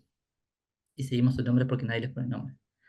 Se puede leer en un fin de semana, es muy finito y está muy bueno. Lo recomiendo. Bueno, si se quieren hacer de eso, la tortura de trabajar haciendo física, les recomiendo estos dos libros. El de la izquierda no es tan grande, es más o menos así, pero está lleno de integrales y matemática porque Everly quiere explicar muy bien cómo funciona la física, entonces hay un montón de matemática avanzada que no la explica, no simplemente explica la física usando la matemática avanzada, entonces es bastante tortura de ese libro, pero si quieren hacerlo está muy bueno. Y del lado derecho es uno que es un poco más práctico, también es pesado, pero es menos pesado y tiene ejemplos de optimización que están muy buenos. El de la derecha es de alguien que trabajaba en Sony antes, creo que en Santa Mónica. Si quieren hacer rendering, el libro de la izquierda, Real Time Rendering o RTR, es como el libro de rendering. Em, no explica de implementación, sino que explica los conceptos de rendering que hay que saber. Empieza muy básico, así que si no saben nada de rendering pueden empezar con él.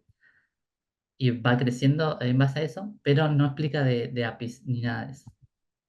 Y el de la derecha es como el libro de rendering, pero de rendering offline. O sea, no rendering para juegos, sino rendering más como para películas. Lo pongo acá. Sí, vi la mano de vuelta. Hola, hola, ¿se me escucha bien? Sí, No, quería de última que terminase de explicar eso, pero quería compartir aquí en el chat otros dos libros sobre rendering que no sé si llegarás a incluir o no, que estos sí son gratis y son de internet en caso de que cualquiera después quiera curiosear sobre el tema. Son libros que siempre se encuentran recomendados por ahí. perfecto. Muchas gracias. El de la derecha no es de juegos, es para offline rendering. Y nada, a medida que avanza la tecnología, terminamos robando técnicas de offline para los juegos. Entonces también sirve saber de offline rendering para pues sacar referencias para otro lado. No sé si está en tu lista de otros libros, pero puse un libro más de APIs. Los otros libros son de conceptos de rendering, no de implementación. Este es para mí el mejor libro para aprender DirectX 12. Ahora, no sé si queremos aprender DirectX 12 porque DirectX 12 es una API complicada de aprender si es nuestra primera API, pero a la vez es la API más usada en juegos. Entonces tenemos ese trade-off. Si queremos aprender algo más accesible, podemos aprender OpenGL o DirectX 11, pero si queremos algo útil, sabemos que DirectX 12 o Vulkan no se usa tanto, pero es más parecida en cuanto a la performance que podemos sacar. Pero nada, le compartía uno de DirectX 12. Después, si lo queremos hacer es AI, tenemos AI for Games de Ian Millington, que la segunda edición era así y después sacó la tercera edición y se hizo así. Es extremadamente completo. Todas las cosas que dije que había que saber en AI y más están explicadas acá. De pathfinding, de steering behaviors, de fuzzy logic, lo que quieran, está ahí explicado, está muy bien. También no requiere saber algo de antes, sino que expresa desde cero y un montón.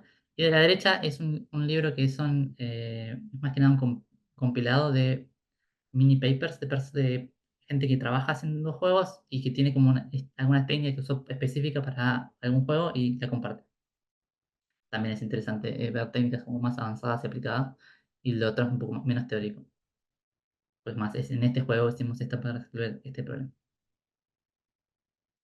Si lo que nos gusta es networking y queremos hacer la parte de networking de los juegos, multiplayer game programming de estas dos personas, que también me complica pronunciar, así que no lo voy a hacer. Es muy bueno, es finito, tiene todo lo básico y explican bien, es muy claro. Cosas como prediction correction para movimiento, dead reckoning para movimiento también o lo que sea, y entendimiento de cosas de redes también. Así que también lo recomiendo. Y creo que acá se acaban mi lista de libros y pasamos a, sí, si no queremos leer o queremos leer pero también queremos hacer otras cosas, otra cosa que a mí me gusta hacer es ver charlas de expertos de la industria. Y para eso recomiendo tres tipos de lugares, o sea, tres tipos de charlas, o sea, tres tipos de conferencias, perdón, tres conferencias que son anuales, no es un tipo, pero es una conferencia anual, las cuales son GDC, que es Game Developers Conference, que es una conferencia que se hace en San Francisco, que hay charlas y hay una expo y hay un montón de cosas de networking para hacer si van. Las charlas las suben a su página que es gdcvault.com, pero algunas las dejan gratis y otras las dejan solo para los miembros pagos. Así que no necesariamente podemos ver todas gratis. Pero hay un montón que son gratis, todos los años suben. Ahora las del GDC 24 las subieron la semana pasada. CPPCon o CPPCon es una conferencia de C++ que también pasa todos los años. Es buena para ver gente que hace cosas copadas y además los miembros del comité que hacen los estándares de C++ van todos los años y cuando se viene el próximo estándar hay un montón de charlas explicando las nuevas funcionalidades del próximo estándar que está bueno para mantenerse actualizado. Y SIGGRAPH sí, es una conferencia de charlas de rendering. Son todas cosas de rendering. Y nada, si les gusta rendering, pueden mirar SIGGRAPH. También hay cosas de rendering en GDC, pero a veces la gente de rendering, en vez de ir a GDC, va a SIGGRAPH. Y creo que ahora sí llegamos a las conclusiones, ya estamos casi terminando. Y además están recomendadas las próximas 5 charlas del ciclo también dentro de la Perdón, lista. sí, me faltó agregarlo a la lista. Sí. No importa, no importa, igual le vamos a mandar información después. Eh, sí. Bueno, para cerrar un poco, las conclusiones es que nada, en los juegos la performance importa, entonces cada microsegundo cuenta. Si nos queremos meter en la industria, decidir qué posición es la que más nos interesa, nos puede servir para aprender enfocado a lo que esa posición hace. Sí, es importante nociones de matemática, pero no tenemos que ser súper avanzados de matemática. Si queremos trabajar en la industria, hay que saber C++, pero saber de verdad y no solo la sintaxis. Aprender de dónde va a correr nuestro juego es importante porque nos va a permitir usar el hardware a nuestro favor y sacar un poquito más de performance. Y si vamos a aprender motores, no aprendamos tutoriales y recetas, sino que entendamos los fundamentos. Por más que aprendamos un tutorial, entendamos los fundamentos para aprender. Y finalmente, lo más importante de todo lo que dije en todo este rato, los nombres de los libros para que puedan aprender más. Les quería dejar mi contacto, que en realidad dejar mi contacto es, si me quieren hablar, hacen la pregunta por LinkedIn, prometo intentar responder, capaz que no soy la persona más rápida en responder, pero prometo intentar responder. Y si me quieren mandar un mail, lo pueden hacer a través de mi página, que es minombre.com, y ahí en contacto y me mandan un mail por ahí. Y la idea era dejar este último rato para preguntas. Yo empecé y 10, así que demoré una hora justo, así que hice mi parte con relojito. Excelente, todo cronometrado milimétricamente. No, buenísimo. Bueno, vamos a ver las preguntas que puedan surgir. Los que tengan preguntas pueden abrir su micrófono directamente y plantearla. Santiago, que está por ahí. Sí, quería hacer una pregunta, porque vi que pasaste bastantes libros. No sé si tenés y conocés libros sobre diseño, que creo que no sé si no pasaste sobre ese tema. Estás muteado por los dos. Está muy bien. Perdón, sí, estaba hablando muteado. No tengo tantas referencias de diseño de juegos porque yo me dedico más a la parte de ingeniería. Tengo algunos que conozco, pero no tengo así una lista como para decirte de memoria. Te podría guardar información después. Ahí acaban de tirar en el chat una recomendación, Simón, gracias. The Art of Game Designer. Ahí va. Listo, gracias. Buenas. Yo quería consultarte qué tipo de IDEs se utiliza en la industria. Por lo general, en mi experiencia, se usa Visual Studio. Excepto que estés haciendo, o sea, si para juegos AAA termina siendo casi siempre Visual Studio porque desarrollan en Windows para Windows y es Visual Studio por todos lados. Ok, gracias.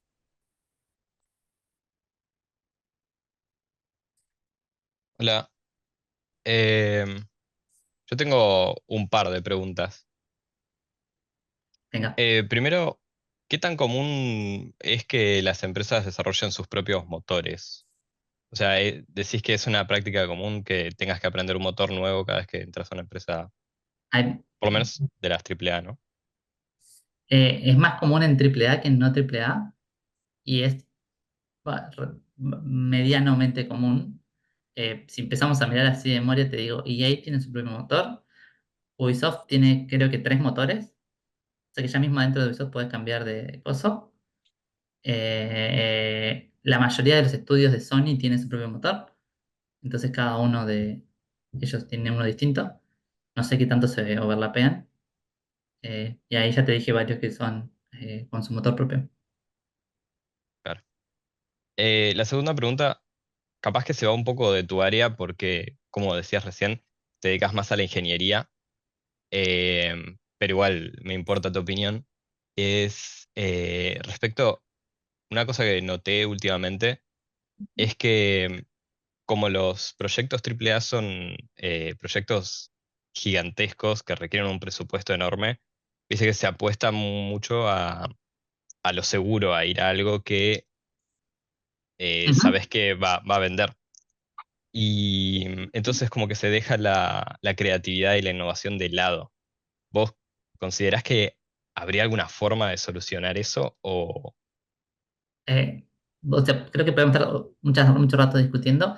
Decir como que se deja la creatividad de lado como muy fuerte, yo creo que igual hay un montón de no, gente no creativa. totalmente, Sí, sí, sí, pero entiendo el espíritu de la pregunta. Eh, Creo que no hay mucha solución. La realidad es que cuando hay juegos que son una inversión de 200 millones de dólares, nadie va a querer hacer una inversión de 200 millones de dólares en un riesgo de que capaz que a nadie le gusta el juego. Entonces no hay como mucha solución. Se va a intentar buscar algo que sea lo más seguro posible dentro de lo que sería la inversión. Entonces no creo que podamos. Escapa mi área en realidad, pero yo sí, creo que no es algo como que se va a poder, que como que haya una solución. Igual creo que hay un montón de innovación, hay un montón de juegos AAA que intentan innovar, eh, pero está, sí. Sí, ese es un problema que se da en un montón de mercados, ¿no? O sea, el tema de que cada vez hay menos margen, ¿no? O sea, cada vez las cosas están más apretadas y es parte de la evolución y es un desafío poder seguir gestionando eso. Tenemos más manos levantadas. A ver, adelante, adelante. Hola, hola. ¿Se me escucha? Sí. Yo tengo un par de preguntas también rápidas. La primera es, ¿qué opinas de lo de los despidos masivos y si es muy complicado conseguir trabajo en este momento? Eh, no sabría decirte qué tan complicado es porque no estoy buscando trabajo en este momento. Sí es verdad que hubo varias empresas que despidieron una gran cantidad de gente, lo cual probablemente como es lo que asumo que está pasando, ser nuevo es un poco más difícil porque hay bastantes de esas personas que despidieron que tengan un montón de experiencia, entonces si vos tenés cero experiencia estás compitiendo con gente con más experiencia. Em, no sabría, no soy un experta en el mercado laboral, Sí, perdón. sí, sí. Y la segunda pregunta es más técnica, es más de tu área. Es cómo recomendás aprender los fundamentos de los motores. O sea, lo que dijiste de no volverse complacente con cómo funciona un motor y chau. O Eh, sea, cuando dijiste eso, como que no entendí bien cómo es que se podía hacer para lograr ese hay, nivel de profundidad. eh, Gracias por la pregunta, perdón si no quedé lo más claro posible. Hay varias cosas que podemos hacer. Primero, si aprendemos cómo funcionan motores en genérico, no solo un motor, si por ejemplo si leemos el libro de Engine específicamente, entendemos cómo funcionan los motores en general, nos va a abrir un poco más la cabeza. Después, si estamos usando, si no queremos hacer eso y queremos usar uno específico, Cuando estamos haciendo un tutorial y dice, ahora llamamos a la función del motor esta, parar un segundo y en vez de decir llamo a esta función, ver qué es lo que hace esa función. Entonces después sabemos más o menos cómo funciona y después cuando queremos hacer algo similar, lo hacemos, porque no necesariamente hay una equivalencia uno a uno con funciones. Y después lo que nos puede pasar es que había una función mágica en un motor que en realidad son cinco funciones en el otro. Pero si sabíamos lo que hacía, las cinco cosas que hacía, sabríamos qué cinco cosas llamar. ¿Me explicó? Sí, sí. Genial. Muchas gracias. Hola, hola. Buenas noches. ¿Se me escucha? Sí. Sí, capaz que un poco más práctico lo mío. Porque creo que habías mencionado que vos habías o participado en entrevistas laborales. Y para preguntarte como qué se busca o qué te puede destacar sobre el resto, qué buscan las empresas en alguien que se está postulando, por ejemplo, yo que sé, tener un demo, un pequeño demo armado en el motor en el que trabaja la empresa, o muchos demos en distintos motores, que es como un consejo así de, esto te puede destacar sobre el resto, para arrancar Eh, sobre todo. ok. Sí. O sea, no puedo decir de qué es lo que buscan las empresas en general porque depende mucho, es muy genérico. Lo que sí te puedo decir es que los reels para programadores no son tan importantes como para diseñadores. O sea, si estuviéramos hablando de hacer una charla hacia gente de diseño, es mucho más importante tener un portfolio fuerte si vas a mostrar diseño que si vas a mostrar que sos un programador, porque es como no es tan visual lo que terminamos haciendo. Em, en las entrevistas que yo hacía para la empresa que yo mencioné antes, la Argentina que buscaba en Latinoamérica, lo que buscaban era alguien que tuviera fundamentos de juegos, que es bastante difícil conseguir en Sudamérica alguien que sepa bastante C++ y que sepa bastante de juegos grandes. Entonces, si sabemos mucho C++, en esas entrevistas que yo tomaba, te iba a ir bien. Entonces, eso, y no es tanto el video que nos, porque a veces la gente manda videos y está perfecto mandar videos, pero es muy difícil porque yo veo un video de tu juego, saber si vos vas a funcionar. Entonces no aportaba tanto eso como el saber las preguntas que yo te iba a hacer, que eran técnicas. Más que nada, los que yo tomaba, estoy pensando en las que son para tipo, entry level, que fue lo que me preguntaste, para alguien que está empezando. Perfecto, gracias.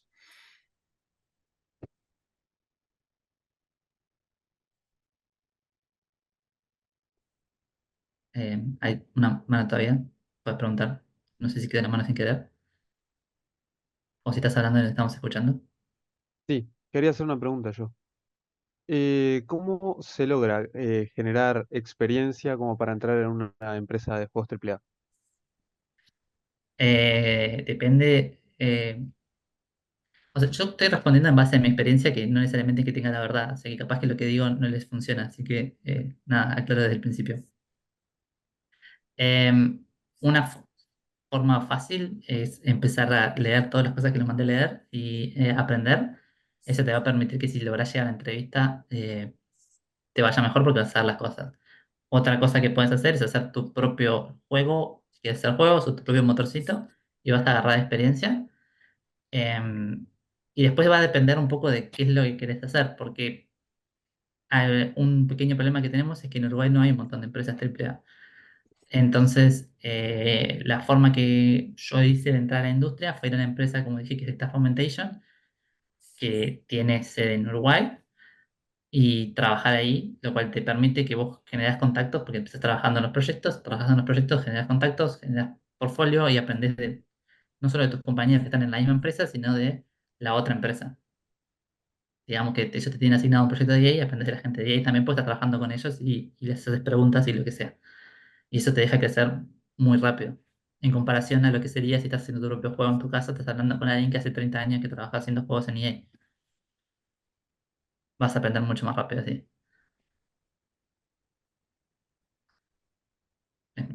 Experiencia. Creo que respondí, sí, ¿no? No, creo que sí, creo que sí. Es Sí, sí, bastante sí, sí. bravo eso del camino, ¿no? O sea, es como que es difícil. Es el meme ese que aparece a veces, ¿no? Que uno se imagina un camino como algo lineal ¿no? Y que es cuestión de ir tomando las mejores decisiones y que después en realidad a medida que lo vas recorriendo vas para atrás, para adelante, te caes, te levantás, ¿no? O sea, pensaste que era por un lado y te equivocaste y das vuelta y volvés, ¿no? Entonces es medio, es medio como difícil de replicar el camino que le resultó a alguien en particular. Fabricio, que tiene la mano levantada por ahí. Sí, mi pregunta es más sobre el nivel de entrada en las postulaciones. Yo estoy asociado a un grupo en LinkedIn que es Hitmarker, que constantemente va lanzando los puestos que hay libres en la industria. El tema es que hay muchos internships, pero yo no sé si es necesario entrar a un internship o puedo entrar como un junior en la industria. No sé si se entiende la pregunta. Sí, no es para mí no es necesario hacer una internship, o sea, no puedo opinar de tu caso puntual de tu nivel porque no te conozco, pero puedo decir en genérico, no es necesario hacer una internship como forma de entrar a la industria. El problema de vuelta que tenemos en Uruguay es que si estamos buscando posiciones que van a requerir una visa y un proceso de relocación, es complejo que eso se dé para un junior. No, sí, claro. El tema es que, a ver, hay muchos internship y juniors y remotos. O sea, podría trabajarlos de No, no, Uruguay. sí, sí, sí, El sí, tema es perdón, el sí. nivel. No, por lo general no es que te pidan que hayas tenido experiencia en los juniors. Si tenés ya hayas trabajado haciendo otro tipo de software y si mostrás un C++ fuerte, probablemente puedas entrar como un junior. Bien, Pero no puedo decir de tu nivel puntual porque no sabría decirte. bien, bien. Gracias por la pregunta. Sí, sí, esa fue la pregunta. Muchas gracias. Emiliano.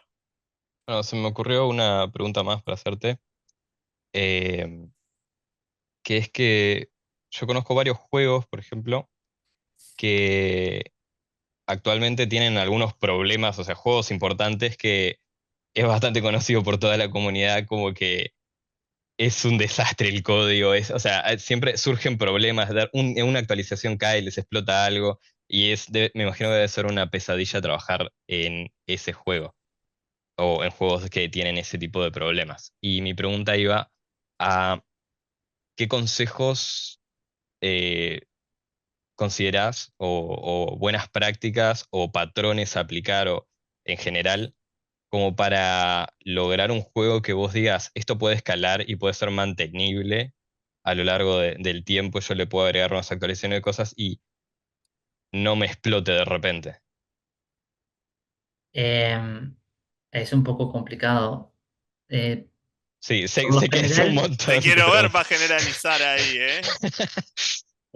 Pero, digamos, a grandes rasgos o lo o sea, principal. lo que pasa a veces con juegos que terminan siendo un problema es que a veces es, más que nada para estudios no tan grandes, es complicado testear todas las diferentes plataformas y diferentes de combinaciones y siempre te puede pasar que después no lo testeaste lo suficientemente bien y explota. No creo que sea porque sean muy malos su código, sino que o no les dieron el tiempo o no tenían suficientes personas y les apuraron la fecha.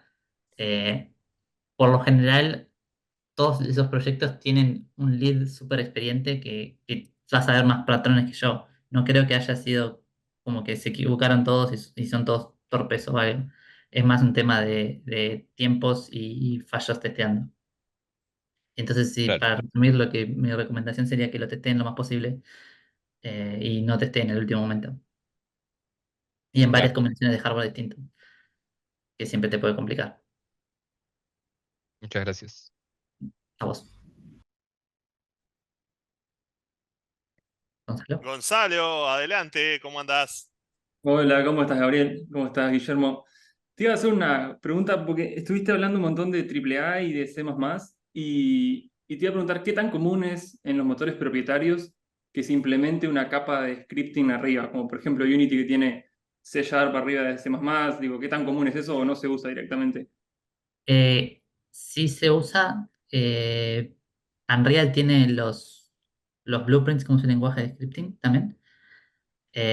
Por lo general, se intenta hacer la menor cantidad de código en eso porque es lento, se usa bastante más para prototipar y después si decidimos que esta es la forma, lo intentamos pasar a C++, si el tiempo da. Si el tiempo no da, para algunas cosas pueden estar en el lenguaje scripting. También se usa a veces para la UI. Si pasa que se pasa, se usa y probablemente sí. También permite tener lenguaje de scripting que personas que no sean tan técnicas como programadores puedan hacer cosas, como para los diseñadores. Así que sí, se va a seguir haciendo y sí se hace. Buenísimo, muchas gracias. A vos por la pregunta. ¿Con Juan? Buenas, ¿cómo va? Mira, yo te quería hacer una pregunta. Yo estoy justo haciendo la tesis de videojuegos y, y me pasó mucho a la hora de justificar cuando quería como testear el juego.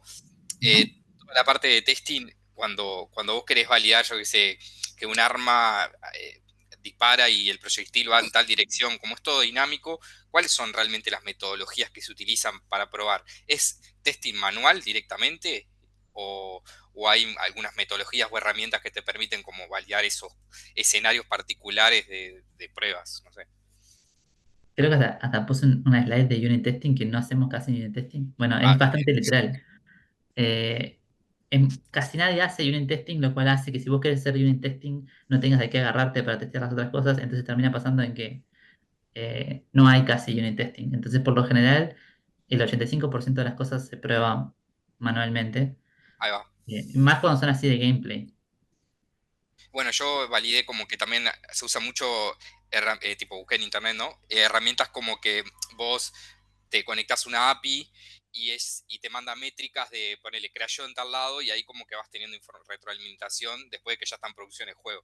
Sí, sí, cosas de crash, claro, eso sí, pero no es unit testing, o sea, no es que estamos probando que yo me comprometo que la bala sale para ahí. Sí tenemos un montón de métricas para sacar información de los crashes, para después intentar saber quién crashea, dónde crashea, y eso sí, pero para hacer unit testing no hay tanto unit testing. Es más, porque no es como, tiene la diferencia con otros programas normales que en vez de que digamos que funcione solo correctamente, es más un tema de feeling, entonces el game designer se va a sentar y te va a decir, me gusta cómo dispara el arma y vamos a quedar todos contentos con que así está la forma que el game Claro, design. se agrega el factor jugabilidad, ¿no?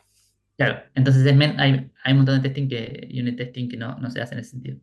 Está. Y Cubase te va a venir a quejarse si estás disparando torcido porque ellos están todo el día probándolo y si cambias algo y disparas torcido, ellos se van a dar cuenta enseguida. Claro, tienen como casos de prueba y se prueba de esa manera. Claro, No ellos se van a prueba estar, manual en sí, sí. Ah, perfecto, gracias. a vos. Sí, otra preguntita, esta un poco más específica sobre Unreal. ¿Se suele, las animaciones y sobre todo el input de los usuarios, se suele llevar más para el lado de blueprints o se hace generalmente en C++ todo? Porque yo me estuve fijando y parece como que no hay mucha respuesta. Cuando decís las animaciones, es tipo el blending de animaciones. Bueno, no, a veces la lógica en donde se ejecutan Todo lo que sea lógica se intenta que esté en C++ porque es más mm, rápido. Hay una claro, diferencia, creo que es entre 10 y 50 veces más rápido que sí, un blueprint. claro, y el input y eso de usuario generalmente El es input va a ir sí, todo lo que se pueda tener ah, en código se va a tener en código. trata. Ex- Eso. Si da el tiempo. A veces pasa Sí, de que para ciertas cosas no da el tiempo para pasarlo. perfecto, gracias. A vos.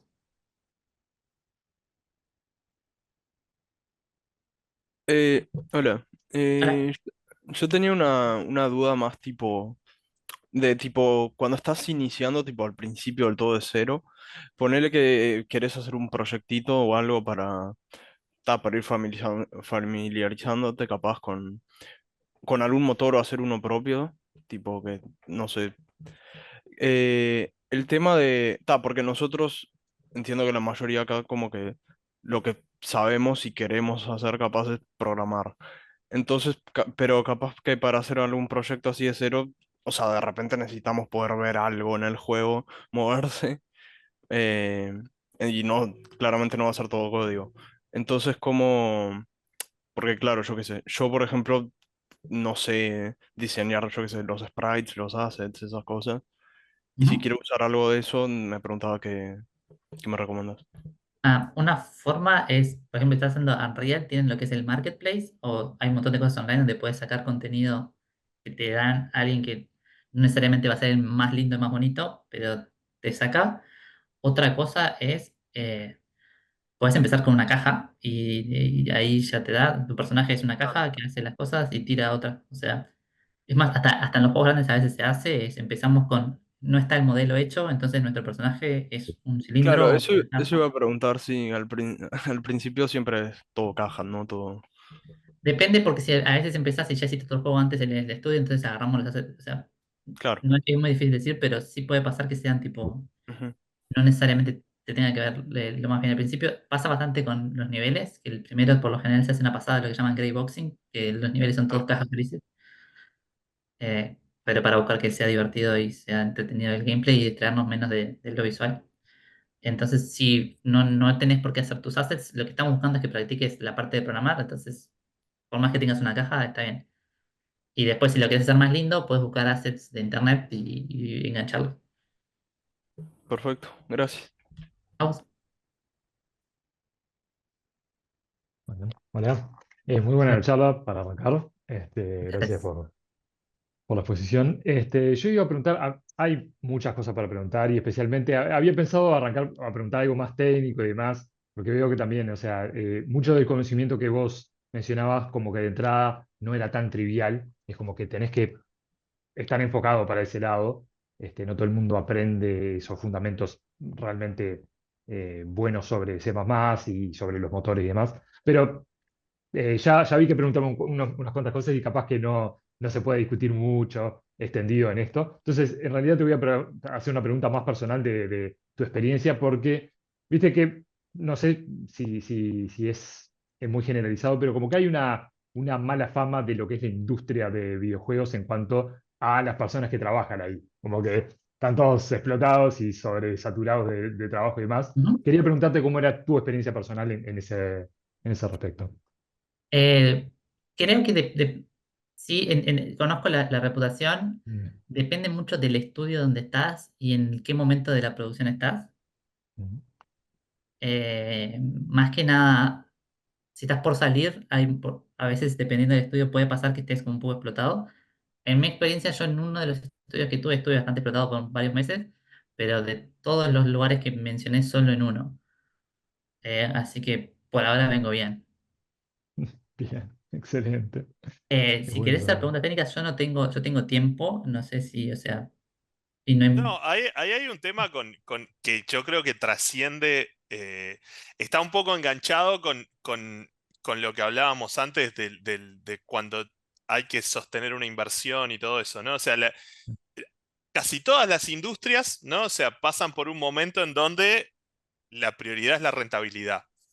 Entonces, cuando la prioridad es la rentabilidad, básicamente, dependiendo de quién tome las decisiones a nivel de directivo, hay gente que se cree que el negocio es exprimir al máximo posible a la gente que labura, ¿no? Entonces, ambientes de laburo tóxicos no solamente van a pasar en esta industria, van a pasar en un montón de industrias y, es parte de las cosas con las que uno tiene que negociar muchas veces, ¿no? O sea, uno de repente, cuando entra sin conocer demasiado un lugar en particular, ¿Ah? se puede topar con ese, Ah, con ese tipo de situaciones, ¿sí? Sí, sí. Yo te quería hacer dos preguntas totalmente interesadas, ¿no? Obviamente. Eh, Pensando en la parte educativa, justamente, ¿no? O sea, ¿qué te parece a nivel de lo que es la educación en videojuegos, ¿no? Por un lado, ¿qué te parece que es más importante en la base que tiene que tener un estudiante que se forma en videojuegos y que viene del lado de ingeniería, que viene del lado de la programación, del lado de sistemas, y del otro lado, del lado de arte, lo que sería Facultad de Comunicación y Diseño en la universidad nuestra, también, ¿qué te parece, cuál te parece que debería ser la base fundamental sobre la que se deberían sostener? ¿Y qué notas además, en base a los equipos en los que has trabajado, que falta las, dentro de la gente? Ponele, entra un junior, ¿no? Y notas que le falta algo en la capacitación, ¿no? ¿Qué percepciones tenés en cuanto a eso? Bien, empezamos por la parte del junior. En Uruguay, cuando yo estaba en Uruguay entraba un junior, por lo general eh, no sabía C++. En la facultad le habían enseñado que sabía C++, pero le habían enseñado la sintaxis del for y me decía que sabía C++ y no sabía C++. Eso es tipo, te pique el primer problema que tenemos. Y después era muy difícil encontrar a alguien que tuviera, si fuera venido, salido de facultad más que nada, que tuviera experiencia o sea, que supiera de verdad, que no fuera tipo, hice este minijuego y seguí este tutorial para hacer este minijuego. Eso era lo que en mi experiencia eh, encontrábamos eso, o gente que por su lado se había traumado y andaba bastante bien porque se había traumado y había estudiado un montón y sabía tipo de algo específico un montón. Tipo, gente que sabía un montón de render, porque le gustaba el render y se había traumado y sabía un montón de render. Pero no era un producto de la facultad que lo había educado en eso. Eso es lo que yo veía que más le faltaba, que es tipo nuestro primer building block, porque si no teníamos C++, no podíamos enseñar nada. Entonces se complicaba. Eh, Claro, Después, del lado de formación, a mí me gustaría que hubiera más clases, tipo, más tipo, bueno, si quieres hacer juegos vas a tener que aprender esto, así que enfoquémonos un poco más en la parte técnica de C++. Y, y un pequeño pasaje tener una materia donde les haga hacer su propio motor, me parecería que sería una experiencia muy buena. claro. Sí, viste que muchas veces nosotros dentro de las universidades también estamos condicionados por temas de tiempo, ¿no? Y de hasta dónde se puede profundizar. Y la última, de mi parte, por lo menos, ¿te parece a vos, ¿no? O sea, para un tipo que termina su formación, ¿no? Ujú. Y arranca dentro de la industria, más allá de que quiera llegar a desarrollar juegos AAA o que no le importe estar toda su vida desarrollando juegos web, porque lo que le interesa es, ¿no? O sea, no importa, la situación que sea. Pero, ¿te parece que hay algún camino o algunas alternativas que no son recomendables para empezar, ¿no? Dentro del mundo de los videojuegos? Esto que decíamos, ¿no? Bueno, largate a hacer un juego y después que tengas el juego desarrollado, vos lo puedes empezar a mostrar. ¿Hay alguna alternativa? Ponele, alguien que salte y lo contraten directamente para desarrollar un juego enorme. ¿Está bueno arrancar así? ¿Es mejor ir quemando más etapas? Para mí va a depender de lo que quiera lograr cada uno. Si lo que quieres hacer es trabajar en juegos grandes, cuanto más rápido llegues a juegos grandes, más rápido vas a aprender, porque de vuelta, yo cuando más aprendí no fue cuando me senté y leí, sino cuando tenía sentado al lado gente que tenía 30 años y le escribo un chat diciendo, no me sale esto, y me da una explicación de 40 minutos de cosas que no tengo ni idea de qué está hablando, y hasta que me hace entender. O sea, tener gente de esas al lado te va a hacer que sea más rápido. Entonces, si lo que queremos hacer es juegos grandes y trabajar en esto, nos va a ayudar a tener gente que tiene muchos años de experiencia al lado. Si queremos hacer juegos chicos, no nos va a ayudar tanto, porque si entramos a una empresa AAA nos van a enseñar más tipo a hacer esta cosa así muy muy bien, y si queremos hacer juegos indies vamos a tener que aprender mucho más variado y menos profundo. Claro, Entonces, no hagamos eso si queremos hacer juegos indies, no tenemos a la empresa AAA, porque no nos va a ayudar tanto. Decir que la experiencia no es realmente extrapolable entre tipo un desarrollador indie son Algunas cosas mundos sí, al completamente principio distintos, ¿no? sí. Si vos te formás como indie, después podés ir y tenés un scope bastante grande, aprendiste muchas cosas y simplemente tenés que profundizar. Si vos te aprendiste muy enfocalizado, es más difícil abrirte en el sentido de que no vas a saber las otras cosas. Porque si sabes más o menos las cosas, pero las tenés que aprender, vas a poder performar. De la otra forma es un poco más difícil, más si lo haces al principio de tu carrera. Entonces, sí, esa sería mi. O sea, sí, sí es extrapolable, pero no tan extrapolable de un lado para el otro. Perfecto. claro. En ese caso, hablando sobre ese tema, ¿recomendás igualmente, aun si bien el foco es en C++, aprenderse otros lenguajes o, por ejemplo, juguetear un poco con lo que son las fantasy consoles, cosas así? ¿O otros Eh, frameworks? sí, o sea, de vuelta depende de nuestro foco. Si nuestro foco es vamos a querer trabajar en juegos AAA o en juegos AAA, tenemos que saber C++. Pero eso no nos quita, tenemos bastante tiempo en el día, vengamos a decir, podemos aprender varias cosas. no nos va a restar si sabemos otras cosas. Y si es lo que queremos, porque nos divierte ser algo en una fantasy console, está perfecto y nos va a enseñar cosas también, que probablemente las podemos extrapolar, más si aprendemos de cómo funciona el hardware de ese y después tenemos ventajas con eso. Así que sí, pero depende de lo que quieras hacer. Perfecto, gracias.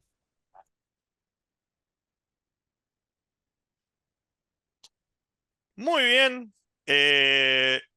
Bueno, no sé si queda alguna pregunta pendiente. Si no, si más o menos ya todos estamos cumplidos, digamos, pueden surgir después nuevas preguntas, ¿no? La intención de esto es poder mantener el contacto. Guillermo ya les pasó sus vías de contacto. Vamos a tener este servidor de Discord que por suerte se engancharon unos cuantos en donde vamos a pasarle novedades de este ciclo de charlas y la intención es mantener también la interacción. Así que, si les parece bien, no sé qué te parece a vos, Guillermo, de repente vamos cerrando por acá. Muchas gracias a Guillermo por todo lo que nos acaba de contar, a todos los que participaron por estar y por interactuar como lo hicieron. Y ahora, como les comentamos, este ciclo va a tener charlas cada 2 meses, ¿sí? Así que más adelante les vamos a pasar. De hecho, Guillermo la semana que viene da otra charla más orientada a artistas, que también les vamos a pasar la información de esa charla. Esta fue para ingeniería, la próxima es para artistas, ¿sí? Y está más vinculada a la parte de comunicación y diseño con la que de animación y de la licenciatura en animación y videojuegos de la universidad. Así que por ahí vamos a tener otra oportunidad de volver a charlar con Guillermo. Y la intención ahora, la intención de fondo en realidad de este ciclo es tratar de volver a generar algo que se perdió. Yo sé que todos los que están acá son muy jóvenes, yo no. Entonces, a mí me pasa que yo viví un momento de la realidad de los videojuegos uruguayos en donde todo era bastante homogéneo y colaborativo, ¿no? En donde medio que nos conocíamos entre todos y eso con el tiempo medio que se fue perdiendo, se fueron perdiendo muchos eventos que había en donde la gente iba enterándose, ¿no? Se iba interactuando con los demás. Un poco ese es el objetivo de este ciclo de charlas, que como les conté, empezamos antes de la pandemia y después lo tuvimos que cortar. Así que la intención es nada, mantener el contacto y seguir conversando un poco en las charlas que están por venir.